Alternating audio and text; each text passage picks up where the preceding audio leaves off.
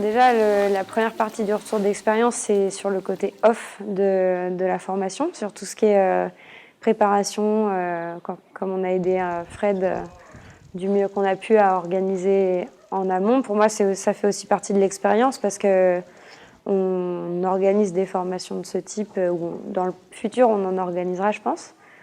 Et du coup, pour continuer à participer à ça et voir comment ça se fait logistiquement parlant. Pendant toute cette année, on a fait beaucoup de théories sur comment ça marche les constructions en terre. Qu'est-ce qu'il faut faire pour bien comprendre, pour bien mettre en œuvre différentes terres, les analyser, etc. Et là, c'était l'occasion de pouvoir participer à un atelier sur les enduits et en plus sur les voûtes. Ah ok, parce que ça aussi c'est pour faire le décor. Donner un peu une trace et une mémoire de tout ça parce que c'est rare de pouvoir le faire et de montrer aux autres aussi. Par exemple, à nos familles, ils comprennent jamais ce qu'on fait, pourquoi ils se mettent là-dedans, ça sert à quoi, encore un truc de babacool. Voilà, pour expliquer que ça peut toucher tout le monde. Le fait d'avoir pu pratiquer sur quelque chose qui reste et pas sur des maquettes qu'on démonte à la fin, ça c'est un truc qui est hyper fort, je pense, pour l'ensemble des participants. Et pour moi, ça c'est un truc qui est différent des autres formations. Ah, pour moi, c'est super bien passé, c'était génial. Un accueil chaleureux, c'était une bonne ambiance, non, c'était super. C'est le premier stage que je fais où il y a autant d'ambiance, autant de communication entre les personnes, à part les heures de stage, le soir, le matin. Et la vie au camp, c'était super. Ce que je recherche, comme partout ailleurs, c'est cet échange. On est une quinzaine de personnes aujourd'hui. On va retrouver des architectes, on va retrouver des stagiaires, on va trouver des ingénieurs, on va trouver des gens, des particuliers qui ont envie de construire eux-mêmes aussi. Et là, c'est très très riche en échange. Pour moi, ça me permet de me mettre un peu dans la peau des gens, de ce qu'ils attendent aussi. Parce qu'on n'est pas tout seul. Aujourd'hui, si on va avancer, on est obligé de se mélanger, c'est pas se mélanger, mais de tous travailler ensemble et de comprendre la demande de l'autre. Ah ouais, il y a la poudre. Parce que sinon tu vas travailler avec ça. Tu m'as donné par rapport à ce que vous avez dit. Je trouve que la terre, c'est un matériel très particulier parce que les gens ne connaissent pas du tout la terre. C'est vraiment tout le temps, on est un peu en train d'expliquer qu'est-ce qu'on fait. Mais je trouve que la magie, ça suffit de toucher la terre pour la comprendre. C'est quelque chose qui passe par les mains. Je trouve ça que ça change tout, parce qu'avec la terre, tu es capable de toucher. Si tu travailles avec le béton, tu ne le touches pas avec ta peau. C'est quelque chose qui passe à travers... et tu sais que la connaissance, ça vient du fait de toucher. Donc je pense que ça peut être ça la différence. Qu'avec la terre, tu touches et tu comprends. Après, ce qu'on constate en fait sur l'impact qu'il y a sur la Terre avec les matériaux qu'on utilise globalement à l'heure actuelle, avec les types standardisés, quoi, c'est des choses qui viennent de loin, qui consomment de l'énergie. On est au courant qu'on a des ressources finies, on continue à aller dans cet emballement-là. Et du coup, j'ai plus envie de me dire, en fait, retourner un peu vers les traditions qui ont mis des années à se développer, où il y a de l'intelligence humaine, de l'intelligence avec les mains aussi, en fait. Du coup, il y a ce rapport de la main, de l'esprit, du travail de la main, et qu'on a un peu oublié avec la révolution industrielle, en quelque sorte. Et je pense que c'est retourner vers là pour s'inspirer de ça et continuer le progrès qu'il y a eu en fait, tout au long de ces années. Et j'ai envie de faire partie de ce mouvement. Et donc, la terre fait partie de ces matériaux qu'on peut aller chercher proches, en fait, qui ont déjà une histoire, en fait, sur le lieu sur lequel on s'inscrit, qui ont une histoire, du coup, avec les gens qui sont là. Et voilà, et comme c'est de nouveau en fait l'aspect humain derrière, parce que pour la mise en œuvre, qui demande beaucoup d'heures de travail en fait, ça demande en quelque sorte pour pouvoir rivaliser, on va dire, avec les autres matériaux pour le coût final. Il y a tout ce qui se développe autour des chantiers participatifs et ce genre de choses qui fait qu'il y a de la rencontre avec les gens aussi. Donc c'est ça qui m'intéresse, c'est qu'il y a la matière. Et il y a ce qui vient autour qui crée une histoire, quoi, qui est vraiment des rencontres de personnes, des échanges d'expériences, de partage. Et j'ai l'impression que c'est la matière est saine, ce qu'on fait est sain, et ce qui s'en dégage autour, les rapports qu'il y a autour aussi est sain. Et c'est ça en fait qui m'attire vers ce matériau-là, entre autres. Quoi. Maintenant qu'on a ça comme ça. Oui, une fois que c'est comme ça, que tu en as mis déjà suffisamment. Ouais. Donc ça, tu fais. Tu fais un grand geste en fait. Tu pars du haut, tu descends. Tout ce côté création, quoi. Et c'était marrant quand on a fait le premier tour de table ici, quand on s'est présenté, que le mot création n'est pas sorti. Alors que pour moi, c'est vraiment... je me dis, avec ça, avec du sable et de la terre, mais on peut créer tout ce qu'on veut, quoi. Que ce soit l'assiette pour manger, qu'on a là, les assiettes, les bols, on peut... et puis jusqu'à la terre et la maison, et le sol et tout, quoi. On peut tout faire avec ça. On peut faire le toit si on veut. Et je trouve ça mais incroyable. Je trouve en fait dans la terre que je peux marier.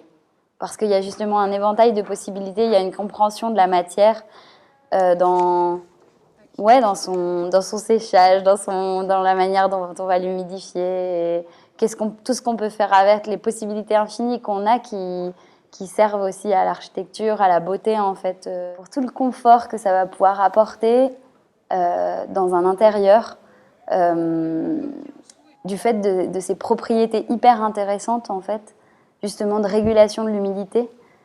Et puis même, je sais pas, d'aspect, enfin, du coup ça en fait un matériau vivant.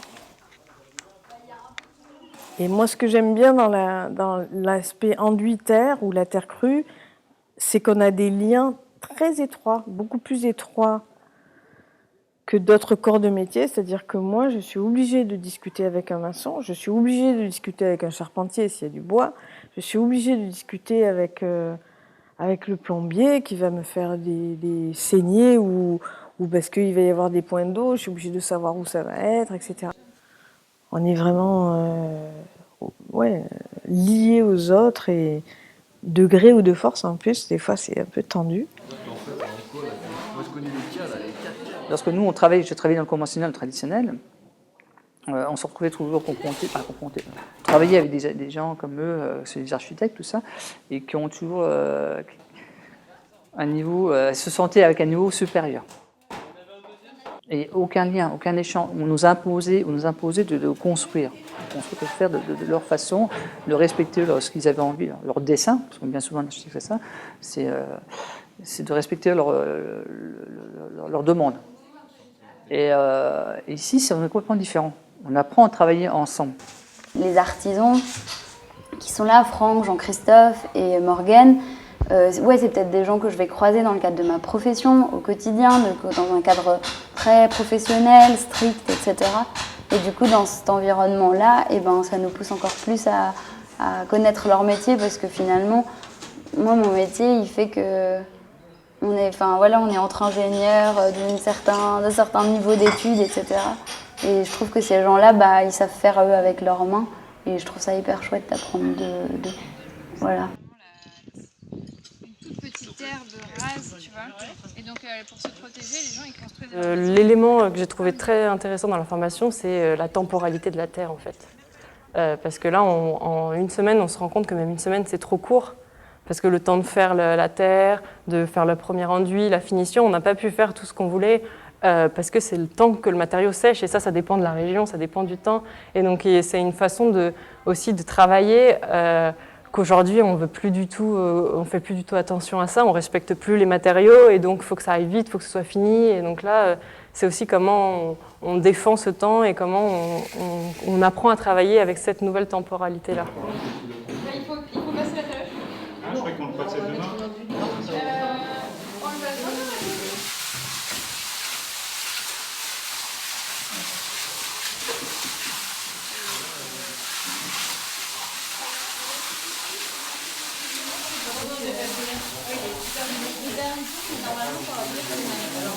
Je fais plusieurs choses dans ce travail autour du bâtiment. Donc il y a le côté conception, il y a le côté accompagnement d'autoconstructeurs, puisque des personnes souhaitent être accompagnées sur leur chantier, avoir des conseils techniques, mais aussi, plus que des conseils techniques, peut-être trouver une cohérence dans leur projet entre les matériaux qu'ils vont utiliser et l'esprit dans lequel ils font cette construction. Parfois, on pense beaucoup à l'architecte en termes de technique pure ou de dessin ou d'optimisation de l'espace. Je pense qu'on a une autre dimension très forte qui est celle de comprendre les usages et du coup de connaître finement les matériaux pour savoir les prescrire. On est sur la Terre, on la côtoie, enfin, on la touche tous les jours, directement ou indirectement. Et c'est aussi une matière qui a des propriétés curatives. C'est une matière qui prend soin de nous. C'est la matière aussi qui permet de faire pousser tout notre aliment, etc. Donc je sais pas, c'est une relation directe. C'est comme un travail qui est à notre portée, celui de la Terre.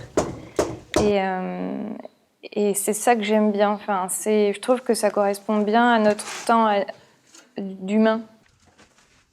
Dans une société où on va acheter des légumes qui viennent de l'autre bout du monde, où on va construire des maisons, pour construire ces maisons, il faut une dépense en énergie incroyable, il faut envoyer ces matériaux aussi à l'autre bout du monde pour que des gens des gens sur des îles deviennent complètement dépendants du ciment, pour être précis, deviennent complètement dépendants du ciment et de la tôle, comme s'il n'y avait que cette manière-là de pouvoir subvenir à ses besoins en tant que construction. Et construire avec la terre, ça veut dire construire avec...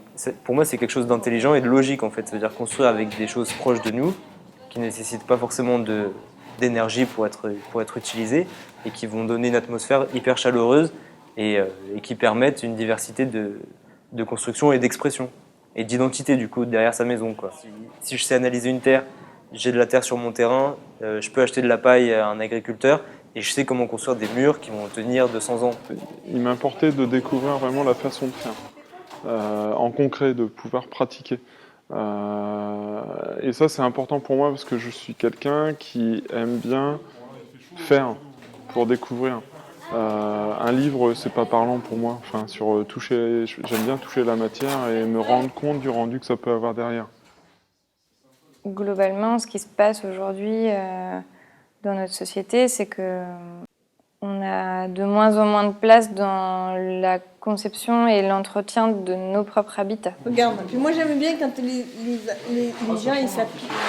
Qu'on perd du terrain ou qu'on a perdu du terrain, peut-être qu'on en récupère, je sais pas, sur la question de l'alimentation.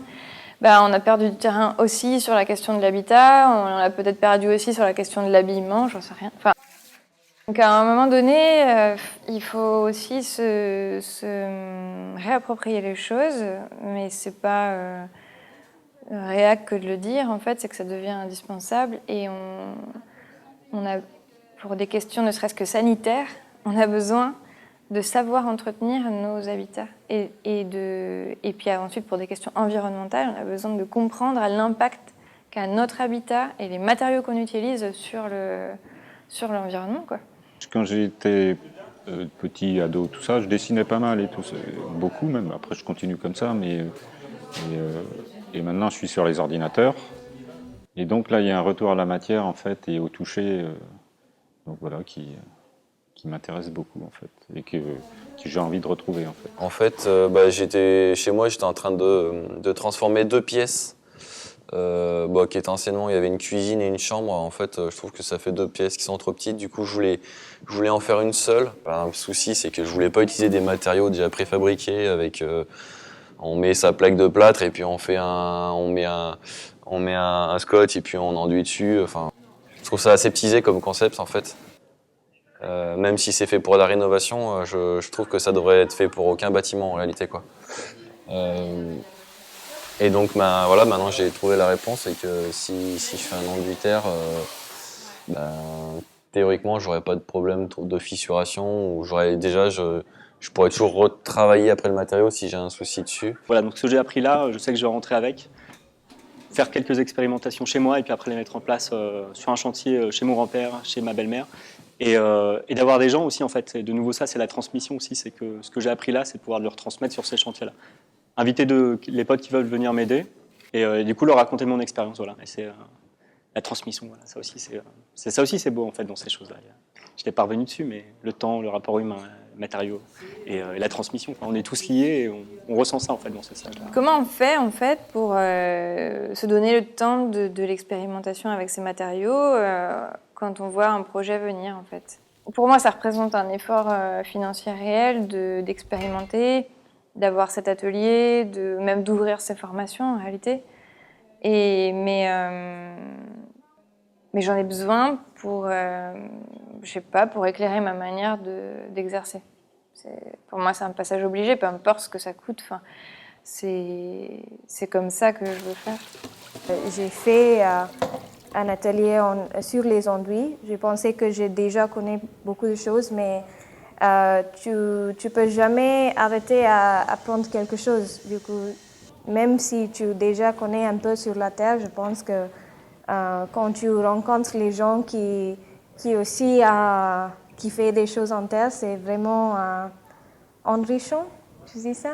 Enrichissant. Enrichissant. Oui. Merci.